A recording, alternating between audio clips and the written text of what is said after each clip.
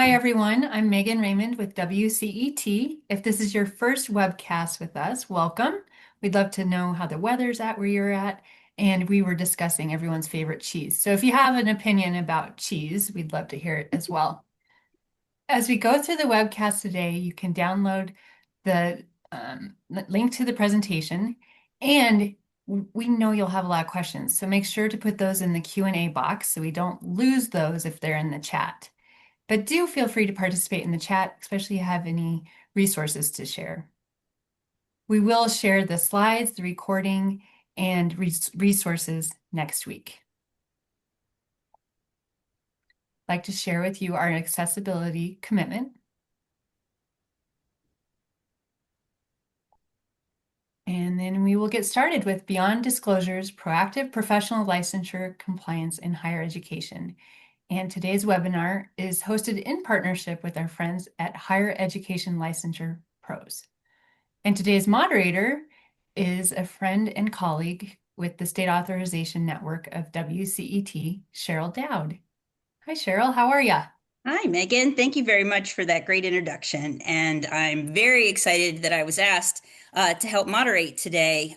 These are three wonderful colleagues that you're going to be hearing from in a few minutes. And so the issue of professional licensure is one that we continue to examine and try to understand all of the nuances. And we appreciate that we have Tammy Moore, Cynthia Pascal, and Chris Mall with us today to be able to help unpackage that. So I'd like to start with letting them introduce themselves, maybe tell us a fun fact about themselves. We'll start with Tammy. Hi, guys. I'm Tammy Moore, Manager of Federal, State, and Licensure Compliance at Southern Illinois University in Edwardsville. My favorite cheese is cheddar, but my personal trainer wants me to stay away from that. A fun fact about me is I drive a fast car, so I drive a Mustang, and me and my husband know how to ride motorcycles. That's that. Very exciting. Thank you, Tammy. And we have Cynthia. Hi, everybody. My name is Cynthia Pascal. I'm the Associate Vice President for e-learning at Northern Virginia Community College. My favorite cheese is very specific. It's Trader Joe's white cheddar. It's about $3.79. It is chef's kiss all the way. And a fun fact about me, I love rewatching television shows. So I have seen Brooklyn Nine-Nine probably 15 times, Ted Lasso a good 10 times. And I just finished The West Wing, so I see that coming on repeat real soon. Oh, that's wonderful, Cynthia. Yeah, anything Aaron Sorkin is right there with me. I will rewatch all of that. So thank you very much. And certainly last but not least, we have Chris Mall. Chris. Thanks, Cheryl. Hi, everyone. Chris Mall. I am the co-founder of Higher Education Licensure Pros. We are a small firm that's been around for just over 5 years, working with colleges and universities around the country on licensure compliance issues. So this topic is squarely in my wheelhouse, things that I do every day, all day long, and get to support institutions of all types and sizes with this work. So happy to be here. I am a former resident of the cheese capital of the country, Wisconsin. And so my favorite kind of cheese would be anything deep fried. And if you've never had a Wisconsin cheese curd, you are missing out. So I do highly recommend those. Another fun fact about me. I've been to over 40 national parks and hope to tick the rest off of my list at some point in the next decade. Wonderful. That's very exciting. So we have a lot of things we're going to cover today. We're going to have, I believe we're starting with Chris to give us some key concepts, but then we're going to get into some panel discussion. So I'm going to turn it back to Chris to help get us the lay of the land of what the requirements are.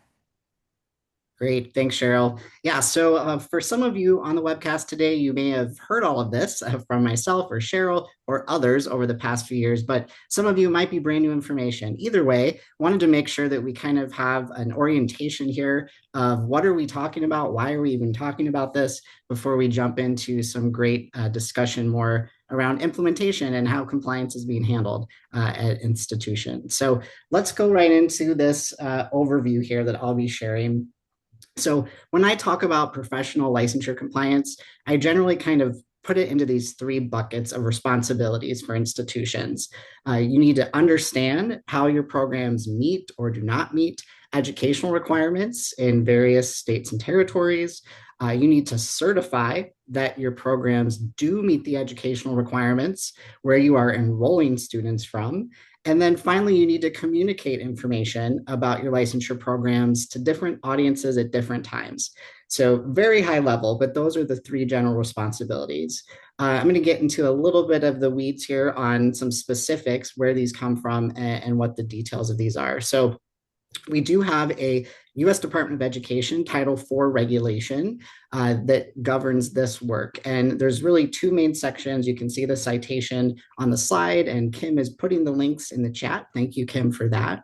But these are really focused around a couple of things. So first is that certify responsibility.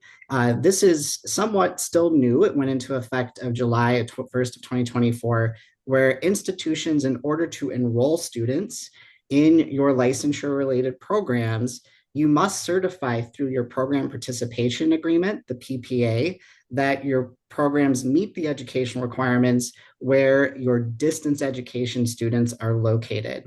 And I'm going to let you know here, distance education in this instance is a fairly broad definition that the US Department of Ed has adopted. So it's really any student who could be taking one or more class online during that first term of enrollment in the licensure program.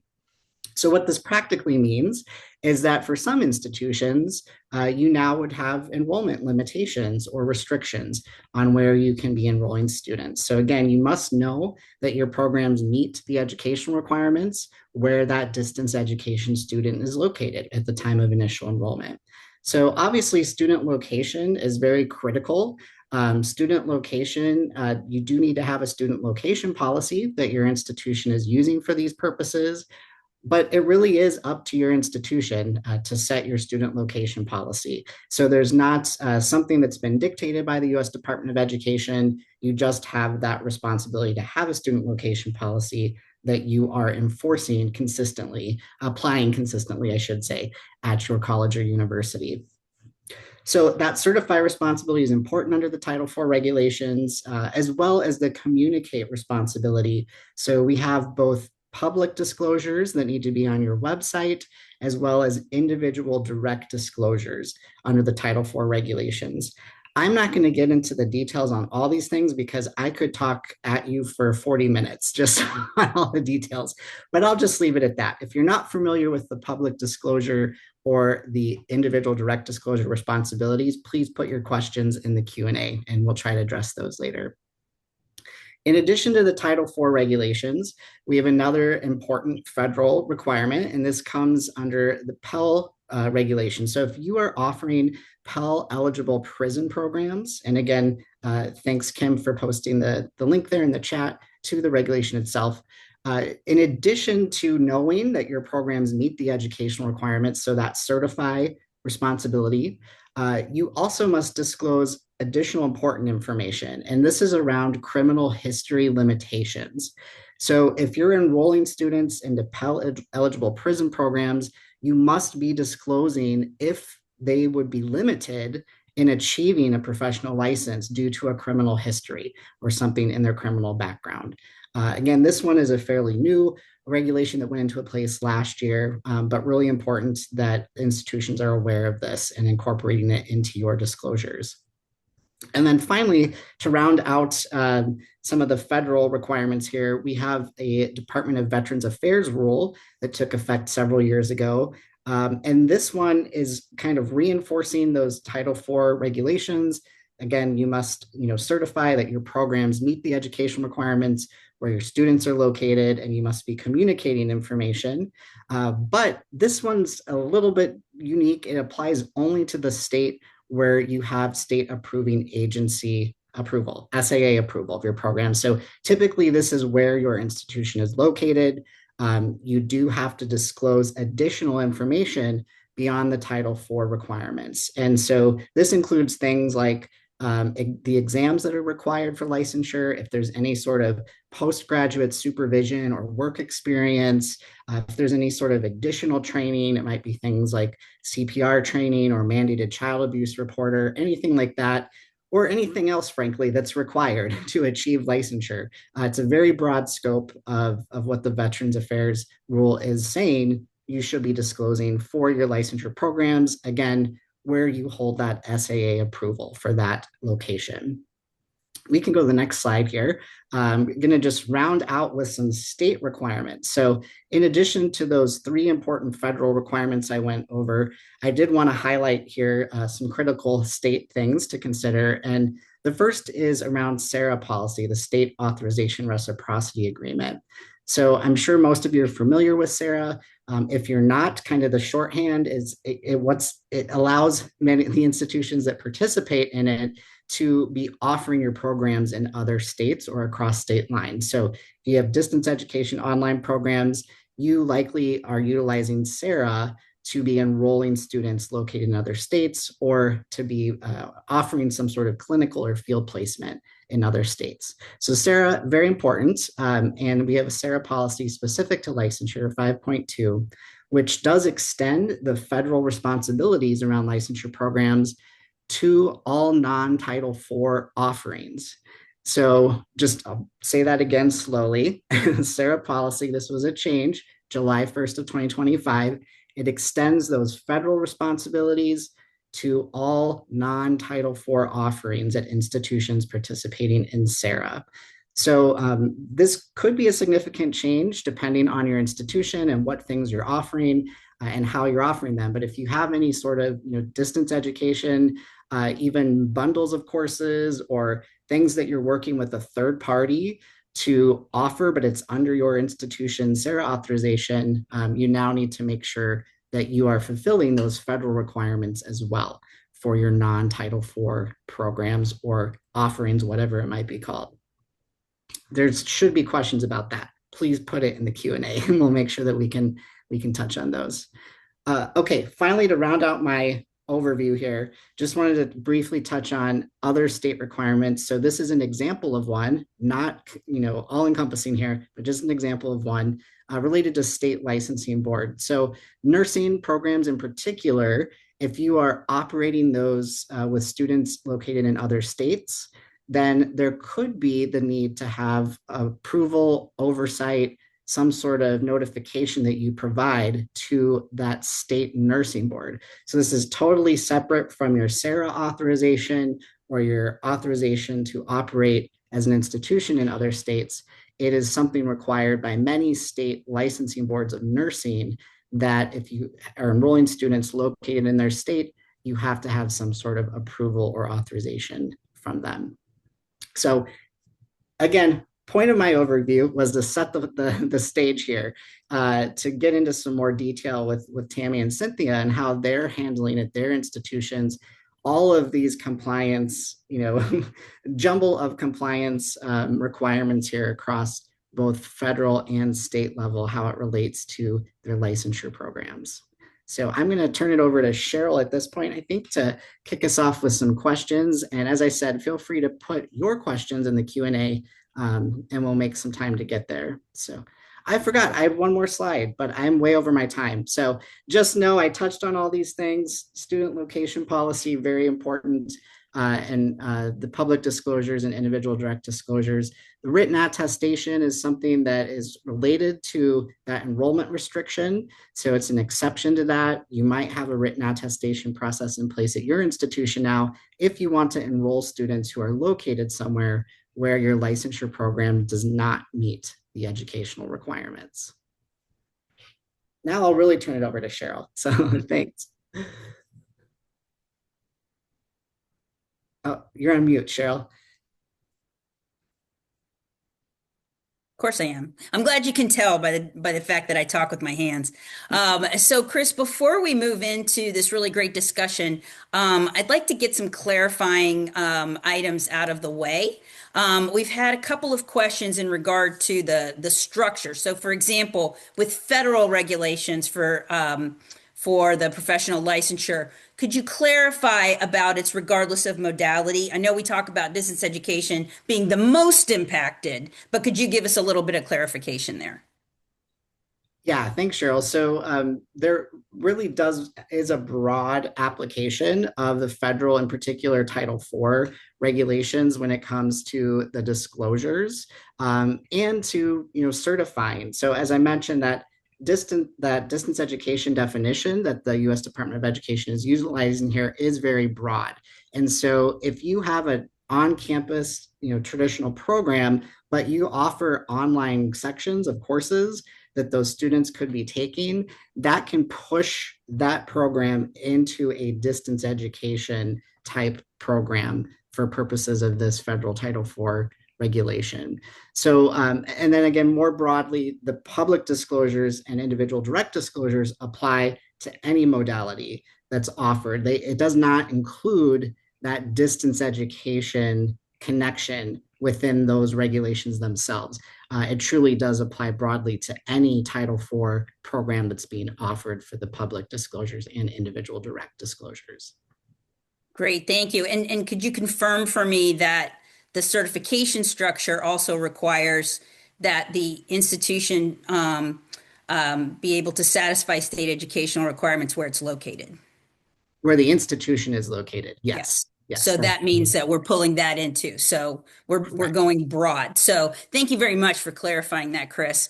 And then just really briefly, could you zoom back quickly? 5.2, just confirm for me, 5.2 points SARA participating institutions to comply with federal responsibilities for disclosures, and that also extends to non-Title IV offerings. Correct. That was the change that took effect July 1st of 2025. So it's non-Title IV institutions and programs. And so NC SARA staff have clarified that it is covering all non-Title IV offerings that a Title IV participating institution would offer. Great. Perfect. Okay. There are some more questions coming in, but we're going to get to those. But first, we're going to go back to our opportunity to have a panel discussion. So we have Cynthia and Tammy with us, and I'm going to ask them some questions, but either one of you, please feel free to add to what someone has responded to if you have additional thoughts. And we're going to start with Tammy. No, we're not. We're going to start with Cynthia because this is a really one that I really appreciate. What's the biggest misconception, Cynthia, that you encounter among faculty or administrators about professional licensure compliance? I bet we all have something on this. Well, I think, as with anything, is that it doesn't apply to them. I didn't read about it and nobody's formally told me about it. So it must not be a problem if my supervisor hasn't intervened. And that simply is not true. It's very difficult. I am one of those roles that is dotted line reporting. No one actually reports to me. I'm just kind of this being in the background who's like, hey, compliance, hey, risk management, hey, state authorization. And whether or not I supervise you, it's kind of like ADA compliance or digital accessibility, whether or not someone says it applies to you directly, if it fits within this conversation, it applies. And so that's one of those biggest misconceptions. And then the following thing is, well, then since you know about it, you'll figure it out. And that's not how this works either. Especially as you get to really larger schools with larger programs, it can't rest on one person's shoulders. Compliance is kind of everybody's business. And so multiple people need to be pulled into the conversation so that it doesn't live and die if one person takes the day off, or if one person doesn't run the report, or if one person doesn't say, hey, this requires a license of some sort. If everybody knows about it, then everybody can be responsible for it. That's great. I bet we hear that in many locations. Many of us are hearing that. Tammy, and do you have any additional thoughts on that? Well, with my role, the mandate comes from the provost office, so I don't have any of those issues. Plus, our institution has a very collaborative type culture, so everybody gets in line and does what needs to be done. That's great to hear. So that's very timely because I want to ask you, who owns licensure compliance at your institution? How do you structure accountability across the various departments involved with this work? So we have this massive team called Tammy Moore. So it's a one-man shop, of course. And I hesitate even saying that because again, I collaborate across campus. So one of our bigger programs is nursing. So nursing, I say we're a team in compliance because I can't do it without them and they can't do it without me. So with our nursing team, we developed a nursing work group. So we meet regularly or even have ad hoc meetings to monitor those students who are applying for our programs who are out of state. Well, I'm glad you have a structure. So that's great. Cynthia's, does yours look similar to that, or are you also a one-person team? So, so one of the fun things, and this isn't to plug Chris's product, but we have bought the Help Licensure product, and so we have 5 people who help. So all of us kind of keep our eyes on what some of the trends are in licensure compliance. But at the end of the day, we have to be collaborative in spirit because I am very much so like a risk management or a compliance management kind of geek. Like I'm interested in it. I find it fascinating to read documents about policy and guidance and like a little miniature library. But I know nothing about nursing, and I know nothing about dental hygiene, and I don't know where many places are on the map, like Manila. And so it's like I need to partner with people who can say, hey, Cynthia, this is what it means. This does apply. If I get an update, who do I go to ask, like, is this something that we should be worried about, or is this fine? Do our ASL interpreters have credentialing? That sounds like something you need to be credentialed in the state of Virginia. Not true, apparently. And so it's, going to those experts and letting them be the experts in what they're experts in. And then me facilitate helping it by updating our documents in our web. And so that's one of those that really needs to be more than one person's business in terms of not having a single point of failure. And I'm going to keep harping on that. That'll be my trend. If you take anything away, is don't have a single point of failure. I can appreciate that, and including others to help with the distilling of requirements state to state. As the professional licensure issue became larger and larger in our minds, I used to tell people this feels like state authorization on steroids. Because when we were doing higher education agency state to state, it was this. And then we moved to all the different variety of professions out there with every state, and it just really jumped in size. So, yes, keeping up with that research and having support is key. So, Cynthia, so back to you, please. So, this is really important. Student location tracking seems straightforward on paper, but complex in practice. What's your approach to determining and monitoring where students are physically located, especially in online programs? Sure.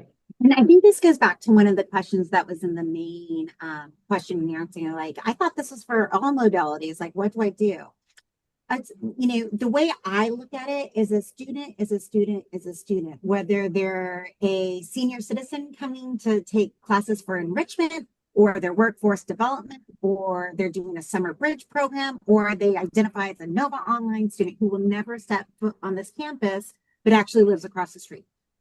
And so that means I have a big student body I have to look at. And in our case, it's 73,000 full-time students, not to mention the head count.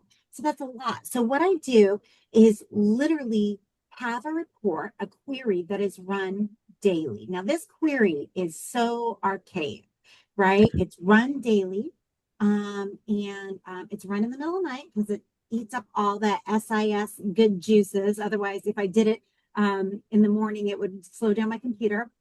And when I come to work, I put a filter on it and I say, who's that? Take out Virginia and who's that left. And then I look at the who's left and I look at what program they have applied for. Now, unlike a four-year institution, you can be a student with 0 skill sets and say, I am a nursing student. That does not mean that you've been approved for a very competitive nursing program, but you can put anything as your program of study. We're open enrollment. And so then I say, okay, what does that look like? Are they really in that program or not? And where do they live? And is that is that congruent with the state authorization? It is a very and Cheryl, I tease you this, but it's a very unsexy process. It's a very archaic process. It takes about 30 seconds to do every morning, the filter. And by the time you get good at it, you start knowing the same offenders, right? Maryland and DC. I'm in the DMV, DC, Maryland, Virginia. Those are our biggest offenders. And then you'll just get oddballs where you're like, really, someone from California wants to be here. It gets a little bit more intuitive, especially with your more competitive programs. And so it does become second nature. Um, but I will say this: the hardest part is deciding which letter to send them, whether it's confirming that they actually are domiciled there and living there, or if they just put the wrong address there. And a lot of students say, "I'm actually moving to the area, but I applied a semester beforehand because I haven't moved yet." And so then we have the domicile conversation. So that's kind of what it looks like at mine. It sounds really daunting and scary when you say run a report every day, look at it every day, send the letters out every day. But the reality is it's a very small piece, maybe 7 minutes of my day. Wow. So that I can appreciate that very much in determining where they're physically located, because especially in the Washington, D.C. area, I would imagine that that is a moving piece all the time. And then your military, like you said, all of a sudden you might find somebody located in California or wherever. Often those may end up being folks that are temporarily located elsewhere. So it's a very interesting process. That's wonderful that you have a structure in place like that. So thank you for sharing that. Absolutely. So Tammy, do you have anything to add in regard to location structure? Yeah, we have a similar process in place with a smaller number of students. So we're located in Illinois. Our neighboring state is Missouri. So I receive a very low number of applicants out of state enrolling or asking to enroll in our licensure programs. So my process or system is more easily tracked. Yours sound very massive. Mine is very doable with the low number of out of state. So to be I grew up in the Northern Virginia area, so I just know how transient that area is. So I think that that adds to the complication Yep. that they're encountering. So Tammy, I'm wondering, state educational requirements for licensure change frequently. What systems or processes have you implemented to monitor changes across multiple states? Well, first off, I've been in this role for 2 years now, and my very first thing for me to do was to get to know the people in the various departments and programs and build those relationships. So I first courted all of our departments who are licensure programs just to get on the same page, get a little buy-in from them. But with those students coming in, so me working with those with the deans of the programs or the people who make the decisions, I'm a lot like Cynthia. I sit back, I'm kind of behind the scenes, but I have to manage and make sure these departments are doing what they're supposed to do.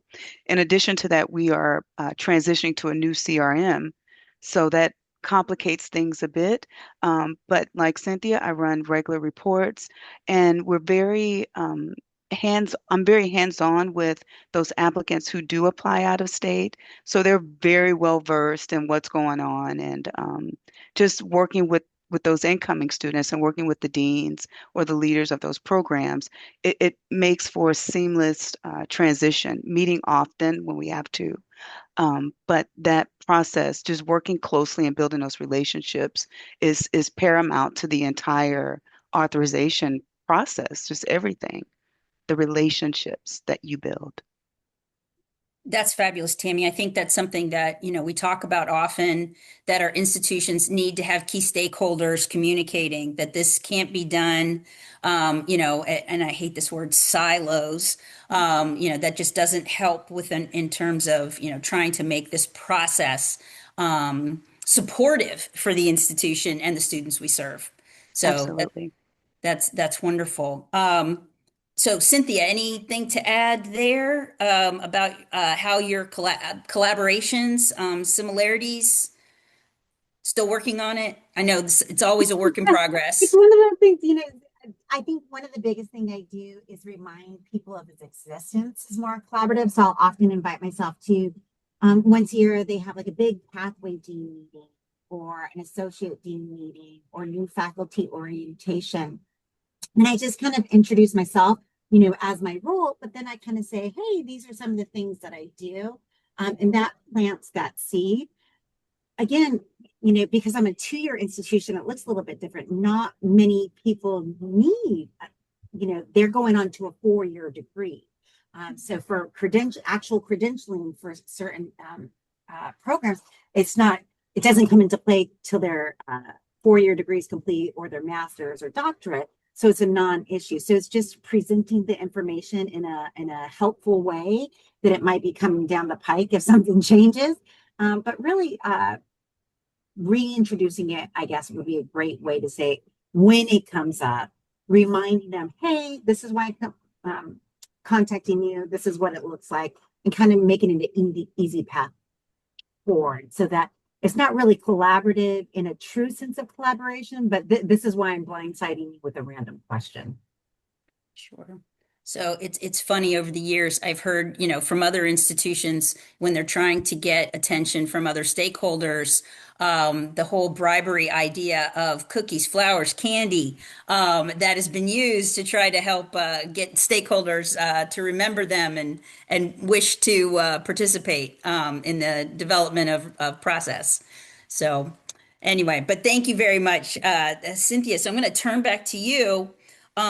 Here's a really important one, considering we're talking about not being able to serve the student in regard to those certification procedures that just came into play in 2024.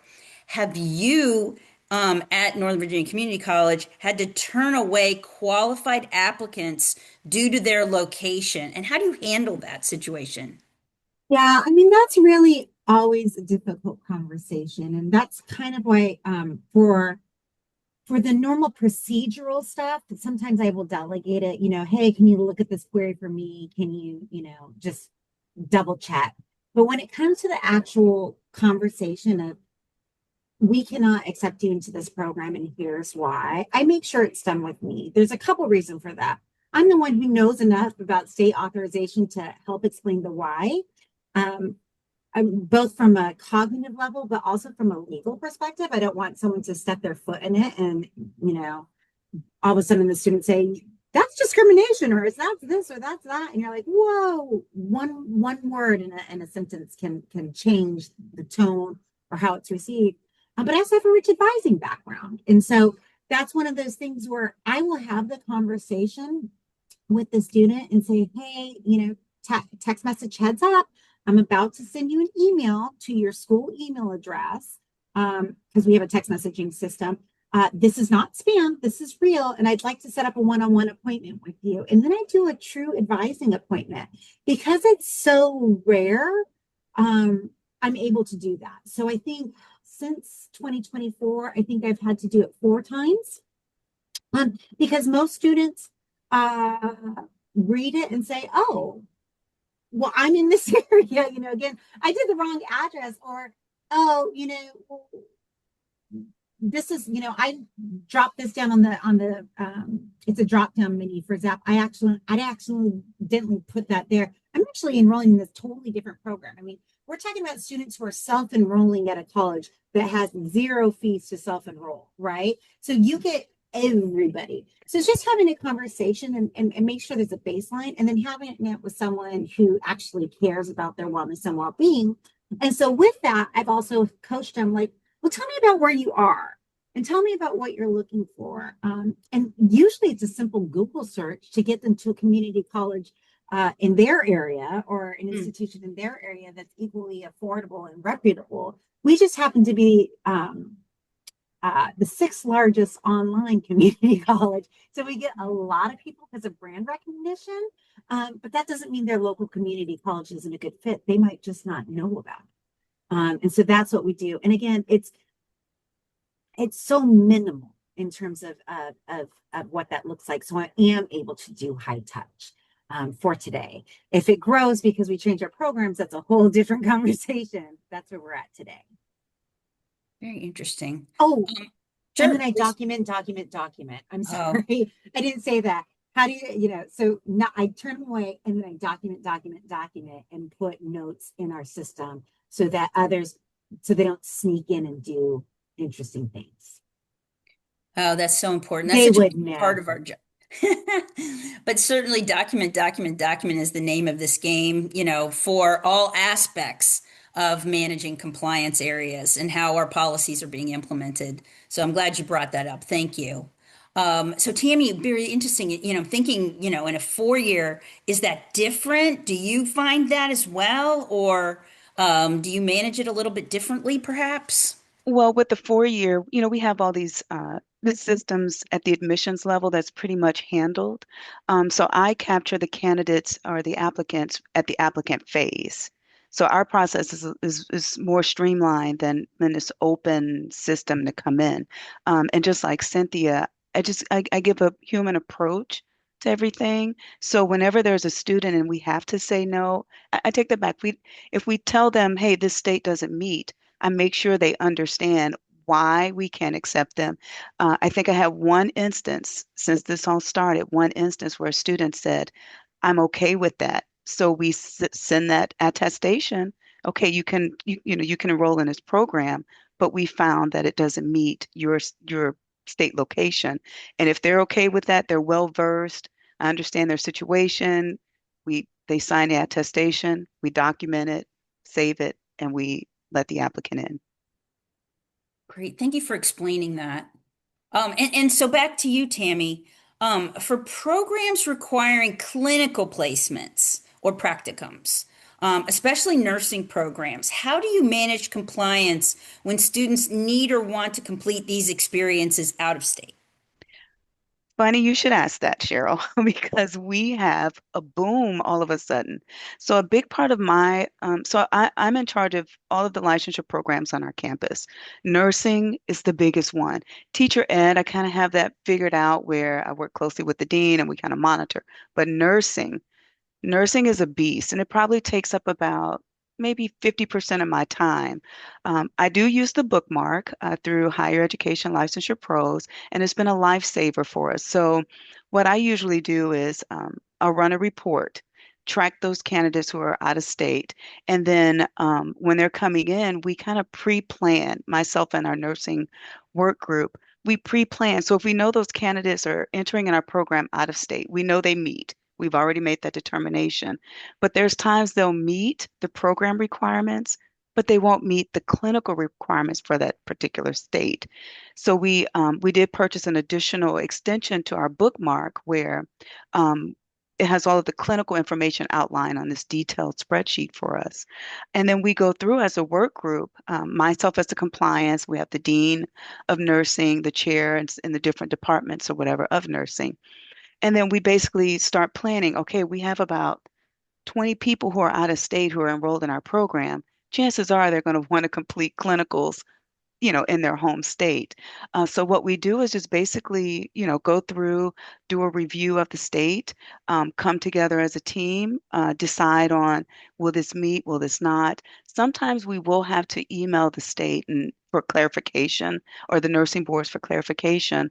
And we just had one situation recently where one of our nursing candidates wants to complete their clinicals because she and the spouse and they're moving to another state. So what we're thinking about doing is doing a deeper dive into that particular state, and we're considering if we have a high number of individuals with this particular state other than Illinois, um, maybe we should work with that nursing board, pay whatever the fees are if we see a high number of our students requesting that. What we're now working on, I was thinking about this. So we have this huge School of Nursing department. So we're going to look at all of the faculty and adjunct faculty who hold multi-state licenses and find a way for them to act as their preceptor or their supervisor during that time to see if we can work some things out that way for those students to complete those clinicals in other states. But so far, we have had to reject some of those accommodations for students because it wasn't a doable thing across, Illinois and the state that they were requesting. So big conversations to have. Um, I'm really pushing for um, our nursing department. Well, we're working with the provost office, I should say. What can we do to accommodate these students? There has to be a way. And I think a big part of it is a lack of human resources. I'm only one person. I can only do so much. But if we had someone focused on nursing and reaching out to these different boards, we may be able to have a compromise where we can allow those students to complete those clinicals. That's a very complicated area. So I appreciate the work that you all are putting into it because, as you were saying, you do satisfy the state educational requirements for a license, but there are state-specific program requirements that you must meet as well. So it's being able to distinguish between that federal requirement to satisfy state educational requirements and also meeting state-specific requirements, which sometimes I think our folks miss. So that's why, I'm glad we're having this conversation. So that's great. Cynthia, do you run into that too by chance? So by the time, so we have very few programs that meet that level of engagement. Really, it is our nursing programs and our dental programs. And by the time you're in those programs formally, you are an in-state resident by this time because it's an in-person program. And so it really is if someone identifies I actually live in DC. I actually live in Maryland. Again, those two states happen to be in compliance with our programs. So it's not a big issue. But I do tell our faculty in their orientation, hey, if you hear someone's like moving not to those states, can you let me know so I can run an intervention? And so far, I'm going to knock on wood, it's been a non-issue. It's all relative, right? So far so good from the community college space. Great, great. So thank you for letting us have this discussion. That was very enriching information from both of you, and especially hearing the different perspectives from a 4-year and a 2-year. We have had several folks submit questions into the Q&A, and I'm going to say this is an all skate. So whoever wants to respond to these, you're welcome to do so. So I'm just going to look through. The first one that's listed here kind of refers back to what we talked about before in regard to SARA, SARA Section 5.2. And I urge institutions to actually have somebody who has access to the SARA policy manual and read Section 5.2 to see that tie. But maybe, Chris, could you reiterate what SARA's requirements are in 5.2? Yeah, so again, I think great to look at the actual language and the policy. I don't have it at my fingertips, but I will say that the whole change that happened July 1st of 2025 with this section 5.2 is to extend the federal responsibilities for licensure programs to non-Title IV offerings at your institution. And so again, for some institutions, there may not even be anything that this is applicable to because it has to, tick some important boxes. First, is it being offered through your SARA authorization, right? So it has to be something that is distance ed or online, or the students are doing those clinical experiences or field experience, whatever it is, out of your state, right? So that's kind of the first metric here is it being offered under your SARA policy? If that's a yes, then you also have to look at, is this a licensure program? And the way that this SARA policy kind of interprets that or defines it is it designed or advertised to prepare someone for a new professional or occupational license? So this is not going to apply to someone who already holds a license when they enter the program. And this is like more of continuing education or additional kind of credential. As an example, right, there often are programs where you have to have an RN to qualify for admission, but you don't have your bachelor's yet, right? So it's an RN to BSN type program. So that would not be covered under this SARA policy 5.2 because it's not leading to that registered nurse, that RN license. So those are some kind of important parameters when you start actually digging into your program list. But again, the key is it applies really to anything. So you could have something that's being offered through more of like the workforce development arm of your institution, or even again, a third party that your institution is in contract with. And if it does lead to, if it's designed or advertised to lead to a new professional or occupational license, then that falls under the SARA policy 5.2 now. So you'd have to make sure that it meets the educational requirements where that student is located, or that you're going to secure that written attestation exception to enroll that individual student. I know we haven't talked too much about that, but it is an important piece. So either the program must meet, or if you're going to enroll somebody from a state and they're located where it doesn't meet, you have to secure that written attestation exception. And then again, the disclosure requirements apply to these non-Title IV offerings now as well. So you need to have public disclosures up indicating meets or does not meet. And then if they're located and it does not meet or not determined, you would need to send them that individual direct disclosure prior to enrollment. Thanks, Chris. So what's interesting about this is 5.2 has existed for a while and has been applicable for institutions to comply with federal requirements for disclosures. And it used to say non-Title IV institutions, and then they added institutions and programs. So an institution that primarily participates in Title IV, but has a couple of programs that are not, it would apply that the disclosures have to be provided. So thanks for piecing that all out. So here's a good one. What happened to our old friend has not made a determination? Anybody want to address that? I can go with that one. So since I'm a one-man shop, um, I don't trust, like, annually, I want to make sure everything is tight. So since we have a small number of applicants who want to enroll in our licensure programs, it's very easy to manage those. So the minute I see a state that's on a I'm not sure yet, I go right away and start digging and doing that research. And I do that because I can only do so much with time and resource. So I just do the digging early on before the applicant even really gets to know or wants to even move forward so we can have that information available. Then I go to our website and update that state to meet or not meet.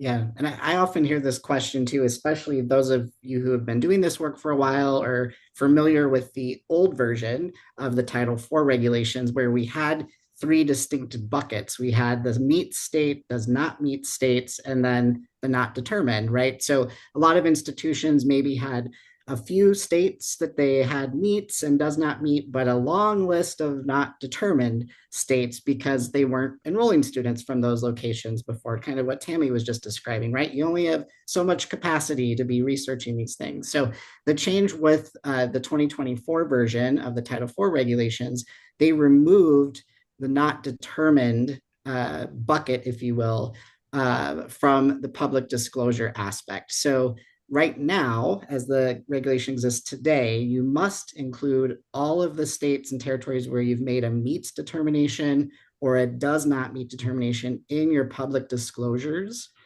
And then we still have in the individual direct disclosures a reference to not determined. So if you have an applicant coming from a state or territory where you've not determined it yet, you would need to send them an individual direct disclosure to that effect. And as a sidebar, you would have to get a written attestation from that prospective student in order to enroll them in your Title IV program. So the not determined kind of is still around. You do not have to list those states or territories on your public disclosures anymore. You can still list them if you want to. More information, right? More transparency. And one more thing I'll say about this, the not determined piece really doesn't exist anymore for any location where you're advertising your program or you're recruiting for that program. And that's connected back to that certify responsibility that you must be able to certify through your PPA, the program participation agreement, that you're only enrolling students from locations where the program meets the educational requirements or you're getting that written attestation. And the US Department of Ed staff were very clear that their expectation is you're not going to be advertising in states unless you know you meet the educational requirements. So that's kind of the how those things are all connected back together, even though we're dealing with separate sections of regulations here. Great, thank you, Chris. This is really important. This comes from someone who's asking about clarifying the word certify. So the way that the question was written was, this may be a strange question, but Chris, can you clarify what the word certifies? Oh, I love legalese. Means in the motto, understand, certify, communicate. I really like this and want to communicate it back to my supervisor correctly. Yeah, so when I use that word certify on my slides, it is about that PPA, the program participation agreement for Title IV certification responsibility. So there's someone at your institution that is, signing on this very long list of things that the institution agrees to do in order to participate in the Title IV federal financial aid program. And part of that long list now, since July 1st, 2024, it includes that you're certifying our licensure programs meet the educational requirements where the institution is located and where our distance education students are located at the time of initial enrollment. So that's the certify pieces. It's really about certifying through the PPA. Yes, we're only enrolling students where we know the program meets the educational requirements. Again, we have the written attestation exception that sometimes comes into play, but that's the general idea there. Great. This is a really interesting question. Since California is not a member state to the reciprocity agreement, this participant would like to hear more about what might be required by California. Since we know SARA points to the federal regulations, what does California do, if anything, and have an expectation from California regarding online students that are in California in programs leading to a license? Ooh, that's a good one. Again, we have a low number of out of state. Chris, can you? Yeah, I was going to say, so I feel like this question we could think about in two ways, right? Like if you're a California institution, what do you need to know? Which would obviously be all the other states and territories that you might be enrolling students from. And then we have kind of what are California's requirements for either their own institutions or out of state institutions operating in California. So I'll say right off the top that I'm not aware of anything analogous to the SARA policy 5.2 that is a requirement in California. I see Cheryl, you're nodding. So, but I would just caution with offering licensure programs in California generally, it's complicated. So if you're trying to offer licensure programs to students located there, you're definitely going to need to dig into what does that individual licensing agency or board for that profession maybe require. There are some limitations on clinical experiences being offered in California. Nursing is a great example of that. So there are considerations around offering licensure programs in California, but nothing that's a direct analogy here to what we see with SARA policy 5.2. I agree 100% because the SARA policy is about institutional approval through the reciprocity agreement, where California is likely to have a program approval related issue, as you were indicating. I would think that would be the distinction. So we're getting close to time, and I have so these questions, we will get to these questions in written form. The ones that we aren't getting to because there are a lot of really good questions here. But I think this is a really important one to end on. And both Cynthia and Tammy, and then maybe Chris, how you support this. How are you verifying if the program meets state licensure in the other state, meets the state educational requirements in the other state? And I'll take that one since we do a lot of nursing here, and I'll try to be very quick. So basically, once the applicant comes through, we're reviewing the state requirements. I do the initial review, and it's pretty much a cursory review because, like Cynthia said, I'm not an expert in nursing. I don't know much about the program itself and how it operates, but I know compliance. So I'll do my initial review and say, I think this is good to go. But before it moves on or we accept, again, we meet ad hoc and work together. And as long as several different people within the School of Nursing agree with my uh, um, as, gosh, where's the word? Agree with my assessment of the review, we all agree on it before we move forward. So it's not on me, it's not on one person, it's a collective decision. Great. Thanks, Tammy. So, Chris, do you have another thought on that just before we move on? Yeah, so as far as verifying how programs meet or don't meet the educational requirements, it does take a tremendous amount of time and a team effort. So I'll just say that each state gets to set their own educational requirements, obviously, and so it's researching what those are and then comparing the program that's being offered, and that's where that team effort comes in. So Cynthia and Tammy both talked about that, leaning into your program directors or faculty chair, the folks that really know the curriculum in detail, and lining up your program's curriculum with what each particular state is looking for. That's really the only way to get to as solid as we can of a meets determination, because virtually no state boards are willing to review your out of state curriculum and give you an opinion. Unfortunately, that's just not an option right now for most cases. So it is up to you as the institution to do that, your own comparison, and make that judgment call if we meet the curriculum or educational requirements or not. Thanks, Chris. I think that's so critical for people to understand is that, and if you have any conversations with your state licensing board, if you could let them know that institutions are in this situation where they are making these determinations without affirmation from the licensing board. And that's a critical missing piece that Chris and I have talked about this ad nauseum. That it's a real concern, especially from a liability standpoint, that we're making affirmations without we're making decisions without affirmations from the licensing boards themselves, but they also have their hands tied. So how can we work together to address this? So thank you, Chris. So just really quickly, evidently it's back to me. So what the slide that's up here right now is the State Authorization Network. We love working with Chris and the folks at HELP. But we also develop resources on the broader sense of interstate compliance and including professional licensure. So you'll see here the link to our website. We recently did a survey that we've been talking with Chris about as well, where we have surveyed a number of institutions and how they're doing this compliance work to try to see if we can get our arms around how this is being managed and also be able to share that perhaps with senior leadership so that they know the scope of the work. And then there is a Frontiers article. If you aren't familiar with WCET Frontiers, strongly urge you to subscribe.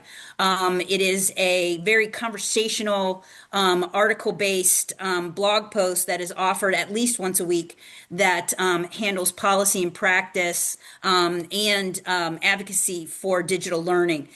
This particular one that I share here addresses the report. And then finally, SAN put out a professional licensure requirements handbook to walk you through how to manage, how to put together a structure at your institution to be able to manage the work.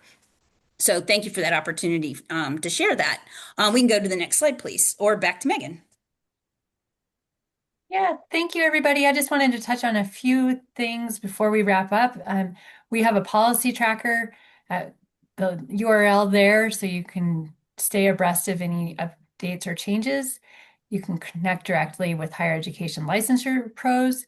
And then, as mentioned earlier in this webcast, it was recorded, and we will share a link to the recording, a follow-up to the questions, as well as any links to resources that were shared. Again, if this is your first opportunity to participate in a WCET webcast, we hope you found value in spending your lunchtime with us. We are the leader in the practice, policy, and advocacy of digital learning and higher education. And we would like to personally invite you to join us in Minneapolis for WCET 2026. which is our annual conference. And we have a policy track that you will find value in. And we're looking for your proposals and ideas. So if you have a proposal you'd like to submit, or if there's just a topic that you'd like us to address, you can do a quick form and put that idea up for consideration. Lastly, I'd like to acknowledge our WCET sponsors that underwrite much of our programming here. We couldn't do what we do without their support. And our WCET supporting members that invest on a higher level. So we are grateful for all of our members and those that support this work at a deeper level. Thank you for attending this webinar, and thank you so much to Cheryl for moderating this conversation, and thank you to our wonderful presenters. We hope you enjoyed it. We know you have burning questions, so we'll be sure to follow up with those responses. Thank you, everybody. Have a great afternoon.